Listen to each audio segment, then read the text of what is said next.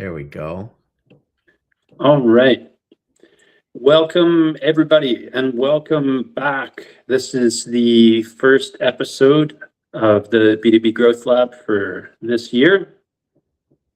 And yeah, just excited to be back with you, hanging out, chatting the chat, talking the talk, and walking the walk of business growth, but purpose-based processes, systems, intention, all very kind of New Year's-y, resolutionary type stuff. Today, we're here to have a conversation about what are called the new sales incentives. Surface level stuff like spot bonuses, deferred compensation, purpose-driven pay. But I think as we start to dig into it, there's this whole pile of stuff that needs to be happening under the surface as well, because when somebody comes into your organization, they have their why, you have your why, and then I guess the big question is, where's the alignment? If you want really good talent, you have to provide an environment, in my opinion, where they get to change and grow and develop and meet challenges and feel like they are growing as a result of serving their purpose in the organization, not in spite of, or worse yet, stagnating, which is where a lot of that open to work stuff starts to leak in. So, Yes. How do you want to start this off, Rob? Oh, there's so much to unpack here, right? What a beautifully large topic. Like the way you teed it up aligns so perfectly with, call it the inbound culture of the youngest generations in the workforce. So your timing couldn't be better, right? That's just brilliant. I post all the time about Gen Zs here and they're not happy, right? Like, why are they not happy? Because you're using old, antiquated comp and there is no personalization. There is no spot bonus. There's no dopamine to be had. Oh, and then you're going to lag the performance eval so they get paid late anyway. So they're months behind on their bonuses, right? You have draconian expense systems. You withhold their bonus until they, mail in a whole bunch of receipts, right? I mean, like, oh. Right. And I mean, think about that alone. I have to touch paper. Right. What are you doing? I got a cell phone in my pocket. Yes. Come on. Digital. Don't find a scanner. Like how to label yourself a dinosaur, right? Absolutely. Yeah, we did a kind of impromptu workshop in this kind of like holiday lull, and that was one of the topics that we ended up working through. Is like, what are you afraid of automating? It was just kind of a smaller group, but it was a very interesting conversation to be had. And it's funny how much of that stuff you heard, because on the business sense, socially, these people are walking around with a smartphone in their pocket, but operationally, it's like they're still working with a rotary phone, and you got to get the pencil in there to turn the dial, and right, just craziness. And I can't help the story that's running through my head. It's like it's the unintended consequence of good intentions, right? So we're going to give everyone a corporate card. That way you don't have to front the cash flow. And right, the new salesperson thinks, yay, I don't have to front the cash flow. But then they hand you an American Express. And that doesn't work everywhere. Right. Right. And then they write a policy that says, thou shalt only charge on the corporate card. or bear the wrath, right? So then they ship you to Timbuktu. You got to check into the hotel, and they don't take Amex. They only take Visa, MasterCard, or Discover. Right. So then you're jammed, right? I'm damned if I do and damned if I don't. So you're like, well, this will be okay. It'll be recoverable. They'll forgive me. Maybe they will, maybe they won't. They booked the travel and put you in the spot, right? Right. And then the insult to injury part of it is, oh, by the way, you don't get to keep any status or any points. You're going to be on the road for us, and we're going to vacuum up all the points and give them to our executives. Oh, and even though you're going to fly 32 hours to Mumbai, India, even though the policy says flights over 12 hours, you can go business class, since you're only a senior manager and not a VP, you will go coach for 32 hours. Amazing. Right? So we're talking about the things you can give your people that matter increasingly more. It's not always the money. It's all the fringe benefits around what you're asking your salespeople to do. Like, can they keep their points? Do they get status? Can they just adhere to your travel program? Is it fair?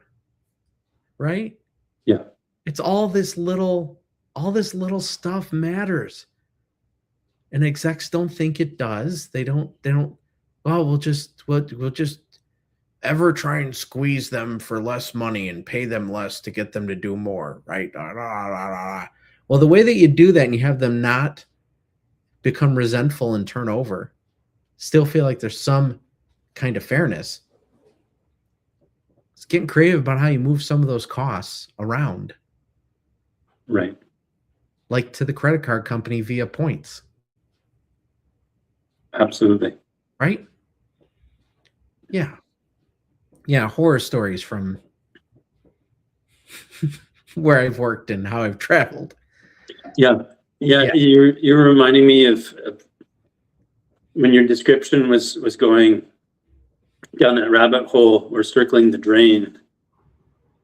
I was already writing an email template in my head, like, hey, name, I'm going to be in your city during these dates. I'd love to catch up. By the way, here are the 2 locations that we could possibly meet at.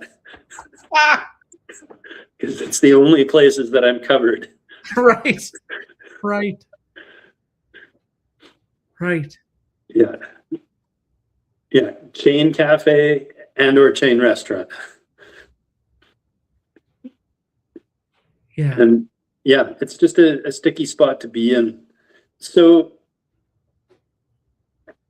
I guess one of the first things we could talk about would be collaboration, right? Obviously, letting the people who you send out come back and report, whether you enabled and empowered or made their lives more difficult, might be a place to start. And then that would, empower you to design your policies and procedures around what actually gets the job done.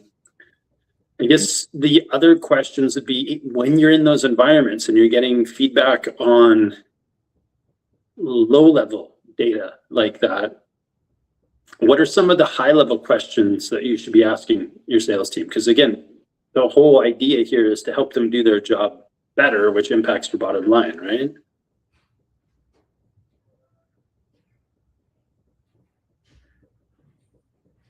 Does our policy, our software, our practice, governance, enforcement, budget serve the purpose and intent of our sales force? Right. If we expect them to be out there hunting, are we equipping and empowering them to hunt? Did we give them the mule, the rifle, the wet weather gear, the hiking boots, right? The analogy is solid. Right. It's not just a backpack and an American Express. That's not enough, right? The laptop and a credit card, not enough. Right? Absolutely. You're expecting them to be a road warrior? Equip them like a road warrior should be. Take care of your salespeople. They're the revenue of your organization, right? They will pay for it. Absolutely. Right. And what about the development stuff? Where would you start with how to communicate with them and how to, if you're looking for a quarter upon quarter improvement in performance, right? Assume that there's no holidays and they spend the same amount of time every quarter out there on the road hunting, like you said. I guess the question is, there's the tools and then there's the training and the skills. Yes. Yes. And there's any number of different ways to do this, but if you are willing to invest in some form of apprenticeship, mentoring of some sort for some defined period of time, right, to help people learn how it's done here, right? Some amount of training in whatever the technical knowledge is for your particular product or service, right? That's usually more formal. And then a little bit of field time with maybe a support person so you can get some book of stories about applications. Right. Right. So you're not going up totally green and unarmed trying to sell something. Oh, I was just at a winery the other day and I saw blah, blah, blah. Oh, you got a story. Now you're credible. Right. So you equip them with knowledge, skill, ability, credibility, hard gear, soft gear, all of it. Right. Like, yes. Make sure they're fully kitted out. That's what it means to be ready to go sell. Absolutely. Yeah. Do you have an opinion about the format? Should that mentoring be one-on-one, one-to-many, a combination of it? Does it depend on the size of your team? Like where is it most functional for, I know we don't love the term, but the managers of these people, right? The individual who has X amount of direct reports. Yeah, it's interesting. It's rarely is the sales manager the right person to mentor and onboard. It's almost counterproductive because of the power dynamic. Got it. Right? So better the senior salesperson who has a desire to coach. In fact, how do you become designated as the senior salesperson, right? We should segment roles. Mm-hmm. It shouldn't just be they're all sales executives because they're not all the same, right? Sense of career progression, 2, 3, or 4 levels, right? At least. And how you become level 3 or level 4 is one of your duties is to take on the new salespeople and be that mentor. Right. Right. And yes, there's a qualification program for that. There's a certain amount of content to be completed, and also you get evaluated. So that's where the sales manager shows up. Right. Check in with that mentor who's doing that mentoring and coaching. How's it going for so-and-so? How are you doing? Show me your checklist. Right. Right. What experiences remain to finish? And what's the plan to close that out? It almost has me mapping even a fractional role. Yes. Of like bringing in somebody out of house who's maybe an expert that you couldn't afford to have on staff. Right. That can just help create guidance and alignment by working from the top to the bottom and then filling in the middle over time. Right. And yeah, you got to pay for it one way or the other, right? Everything costs money. Well, they'll be slower to commission. Maybe, maybe not. That's definitely arguable. Well, you're taking away commissionable opportunity from the person doing the mentoring and coaching. Maybe, maybe not. That's in your design of your comp program, right? Right. You could pay them a stipend for being the mentor that makes up for the time spent mentoring and coaching, right? It's solvable. Right. It's very solvable. And there's any number of ways to adjust the comp on the inbound new person to give them a ramp so they don't starve, right? Absolutely. Which brings up one of the themes that we had consistently in Q4. It kind of showed up in Q3 with some of the client calls that we're having and some of the feedback sessions that I was having with my own sales team. And what seems to still be misunderstood out there is in the space of professional sport, when the team is underperforming, they fire the coach. Right. And then in business, That's right. when it's not performing, they start firing the players. Yes. Yes. The accountability is so backwards. Yeah. It's so scapegoaty, right? Like leaders save themselves by sacrificing their people. Right. It's awful. It's just awful. It certainly doesn't grow the culture or certainly doesn't. Because everybody knows who the turds are. right. Everyone knows. And everyone knows who the rock stars are, and everyone knows who the middle players are. Right. So when you start behaving counter to that or ignoring that in some way, you undermine your credibility as a leader. People don't trust you. Your engagement goes down. Discretionary effort goes down. You're creating a culture of bias and favoritism, and it's not objectively fair. It's not a culture of meritocracy. Right.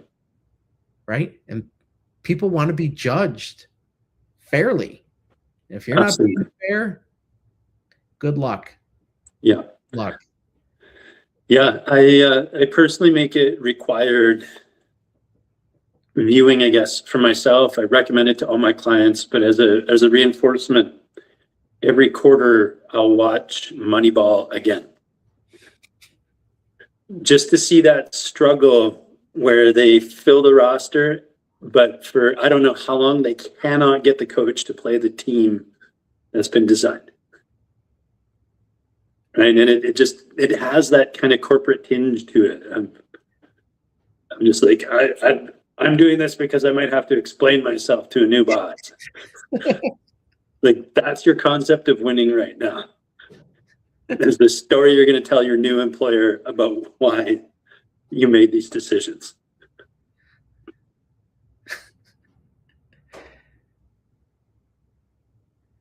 It's all the corruption is just. Yeah. I worked with a guy who got demoted because he said he didn't like Indian food. I can't even imagine what room that works or doesn't work in. Oh, they were just all going out to lunch.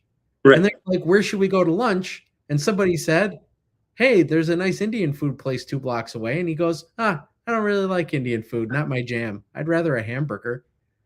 I'm kind of a guy. And that was it. That's what got him cut from the team. His boss said, yeah, you can't say racist things like that. You're demoted. And he went to the head of HR and she was like, yeah, you can forget about ever being a leader here. We already have too many white men who are leaders. Wow. I'm like, oh, so we went racist to sexist to racist again. The whole culture is garbage, right? If that's the way you're talking and acting, it's only a matter of time before you find yourself, in the crosshairs of the EEOC and right. that kind of bias and lack of ethics. It's just awful. Well, and that guy must feel like he's the junior assistant to the mayor of Crazy Town. Right. So they're just those, and they wonder why their profitability is less than 10%. And they wonder why they had to spin off one of their divisions to get enough cash to sustain operations. And they wonder why it's the Titanic sinking as the band keeps playing, right? Right. That's the culture. That's why. Everything's fine. Right. Yeah. So we've got collaboration, we've got up and down communication, we've got leapfrogging of maybe bring in an expert and let them work from the ground up and then inform management of what and how to manage. Yep. How does purpose-driven improve attention or retention, right? Like, obviously, I think one of those things is I'm being challenged. I'm here to develop myself. I know that by being in this role, I'm going to grow, which we've talked about, consistently since we launched this, how that's something that's missing out there for these new generations that are entering the workforce. But how else would you implement, let's say, structural things that help retention stay there, not just the behavioral stuff? Yeah. I think a lot of this is in job design, right? So if you imagine 4 levels in your sales organization, Okay. it's really just one job, but that job has 4 levels. Individual contributors, all of them. Level 1, you're in it until you complete onboarding. Got it.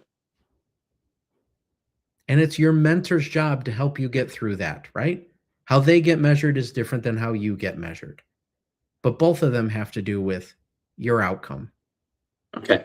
Completing onboarding, however long that takes, according to design, right? To what proficiency standard, to right? Like, the answer is yes, all of it. I want to take a really quick aside, and just for everyone out there in the audience, this really matters when you treat your customers the same way. That it's somebody's responsibility to onboard you, and they're in onboarding until it's completed. Until it's done. Yes. Please continue. There's an exit gate. Until you get to the exit gate, you're not done. Yeah. Yes. Solid gold there. We design things by exit criteria, not by entry criteria. Beautiful. So, yeah. So then you become the level 2 position. Okay. And that's whatever the full normal title is for the role. Got it. And then when you show mastery, technical, process, breadth, product line, right? Ding, da, ding, da, ding. Then you can go to level 3. Right. So we've got conscious incompetence, conscious competence, and now finally you're starting to move to unconscious competency. Yes. And some of the SOPs become habit because you've repeated them enough times. Right. Your book O tribal knowledge is very big. Right. And if that's what you want, if that's all you want, then that might be where you stop. Right? That's a very highly paid specialist who can be as selfish as they want to be. Okay. Right? Go hunt, low drag. But if you're willing to mentor, then you can be level 4. Got it. Right? If you're willing to coach, you can be level 4. If you're willing to take on this additional set of expectations and responsibilities, you can be level 4.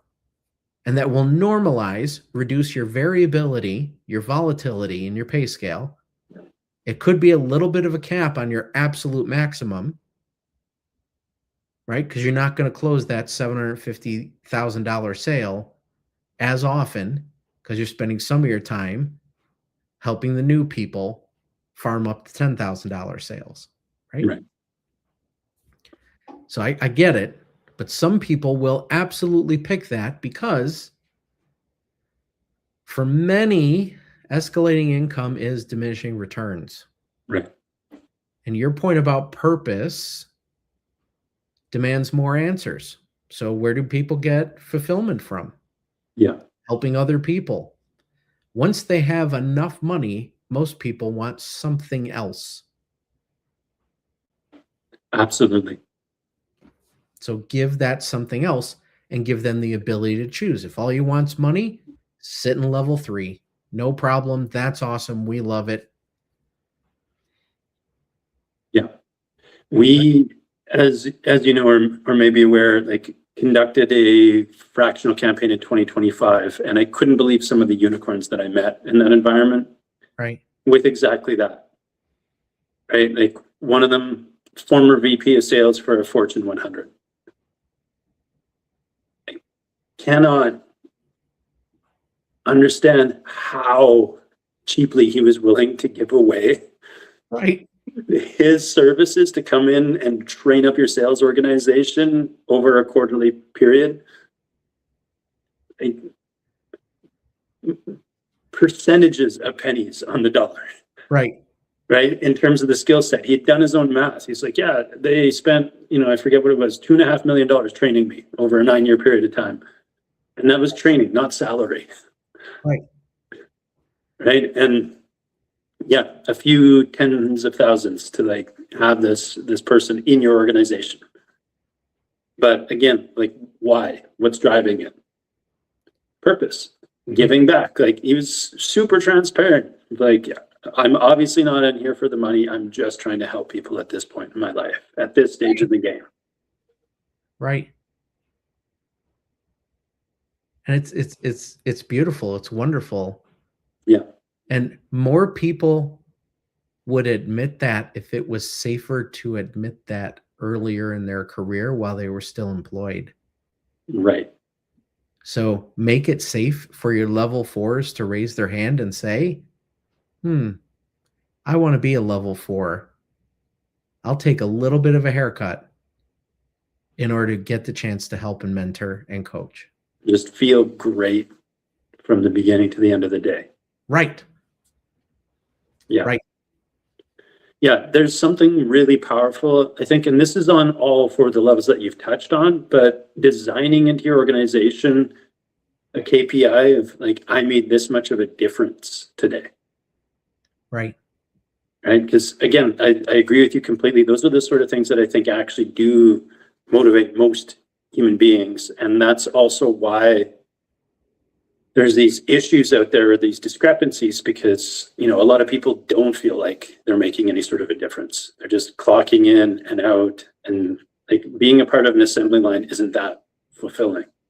Right. Making the differentiation visible is also valuable, right? That goes to pride in a different way, right? So fulfillment in an altruistic way is different than more selfish pride. Yeah. But if we think of college football, industries that have hard hats, they put stickers on hard hats. Right. Or industries that have coats, you put patches and rockers on coats. Yeah. So borrow something from college football or the military, right? You could have mentoring stars. You could have level 1, level 2, level 3, right? A big gold 4. You could have that big gold captain's thing from football. Whatever your iconography is, do it intentionally so that the people know where the people are, what they've done. Your customer might not get it, right? But your team, when they stand together, they already know who the rock star coach is. They already know, right? Why not give them that pride? Yeah, absolutely. Yes. It's funny, you were reminding me of something as simple as employee of the month. Right. Right. I haven't spent a lot of time in the business itself, but my assumption is still that McDonald's doesn't do anything that doesn't positively impact the bottom line. Right. Right. And yet that plaque is there. Right. So there must be something going on behind that actually works. And, these are not high salaried positions, but the recognition is still hyper functional. It's an awesome question. And part of the answer is they promote from within. Right. So the way that you earn the promotion is by getting your name up on that board. Right. If you want to compete, you want to be the next assistant on the path to GM, on the Right. path to district leadership. If you're ambitious, step one, employee of the month. Do a Yep. great job dumping those fries into a basket. Right. Master your craft. Yes. Yeah. Yes. On time, properly salted, hot, crispy. Yes. All of it. Yeah. Yep. Absolutely brilliant. And that would maybe, start to weave together some of the things of, like, I do think gamification still has a role and a factor, but a lot of it's misunderstood as like baseline KPIs and points and who just got the most points, and measuring, 198 calls versus 176 instead of who made a difference.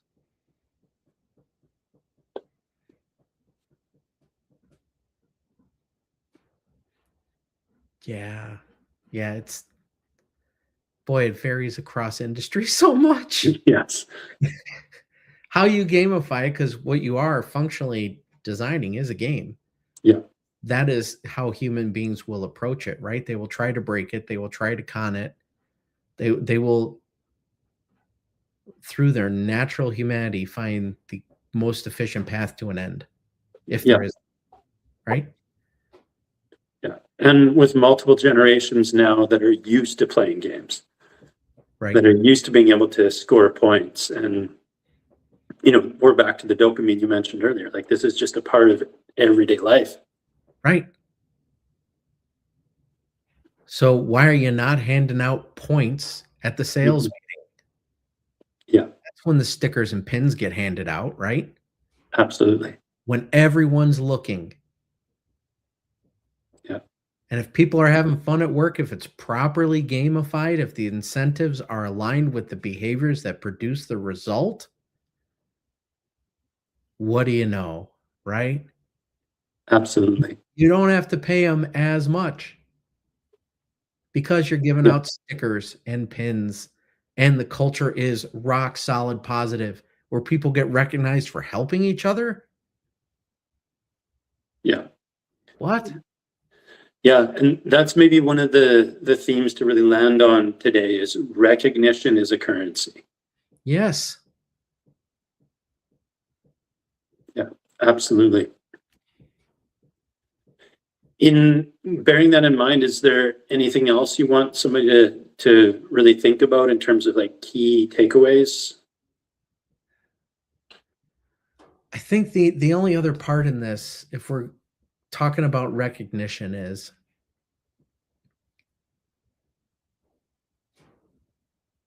peer-to-peer and the power of a dollar have a disproportionately positive impact relative to the other kinds that too often get politicized and hollowed out. So if you gave everybody $5 and the rule was at the end of the month, their $5 went away, and the only way that the system can conserve the value of that $5 is for everyone to give it away as recognition. Right. Guess what happens? Everyone becomes really charitable and focused on recognition. Absolutely. And a lot of people will get $1. Yeah. But what you'll find over time is that certain people's accounts, because of the way they behave with the team, they are accumulating dollars. Because a lot of people are giving them $1. Yeah. What you typically also see is that person also gives away most of the dollars they earn. Absolutely. So if you just think of it as cash flow, the person with the highest cash flow is actually your most valuable, not the person with the highest balance. Right. So, yeah, that currency is not just the dollar in that example. That currency can be pins, it can be stickers, it can be cords, it can be stuff stuck on your truck, it could be whatever the currency is in your system. Yeah. right? You're, Some of it should be tradable. yeah, and you're tokenizing the goodwill that's already there. Yes, exactly. Yeah, absolutely brilliant. Absolutely. Yeah. Perfect. Anything else you want people to think about or to leave with today? I hope this helped everyone get a little more creative about how they manage, motivate, engage, and retain their sales force. Because all too often, they struggle with the money part. And hopefully, everything we talked about helps them think more holistically about things they could do. Some of them cost way less than paying your sales force more. Yeah. So it's recognition in the end is close to free, by the right. way. Right. Yeah. Oh, absolutely brilliant. Yeah. Thank you so much for this. And yeah, to those of you out there, think about this, comments, questions, share in the chat, but also I would challenge you to consider what it is that you're going to implement. Because this stuff is incremental, right? You don't have to win the entire game all at once, as much as just tiny little steps forward. I was talking to somebody on my team about that today because they're new to the organization. And we talked about how expensive training time is right now. Mm-hmm. But that's balanced with the ROI. I'm like, do you understand that if we slow down and do this really well and come up with an updated SOP process system for it, then it can be done 1,000 times later. Right? And I've been seeing these light bulbs go on, and I'm like, now you get what I say when I'm saying I'm lazy. Like, I want your life to be this easy.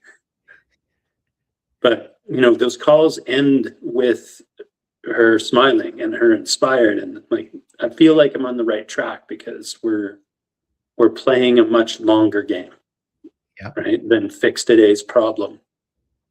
Right. And yeah, I notice it in myself. I'm enjoying this process. Yeah. So yeah, thank you very much for reminding me of that.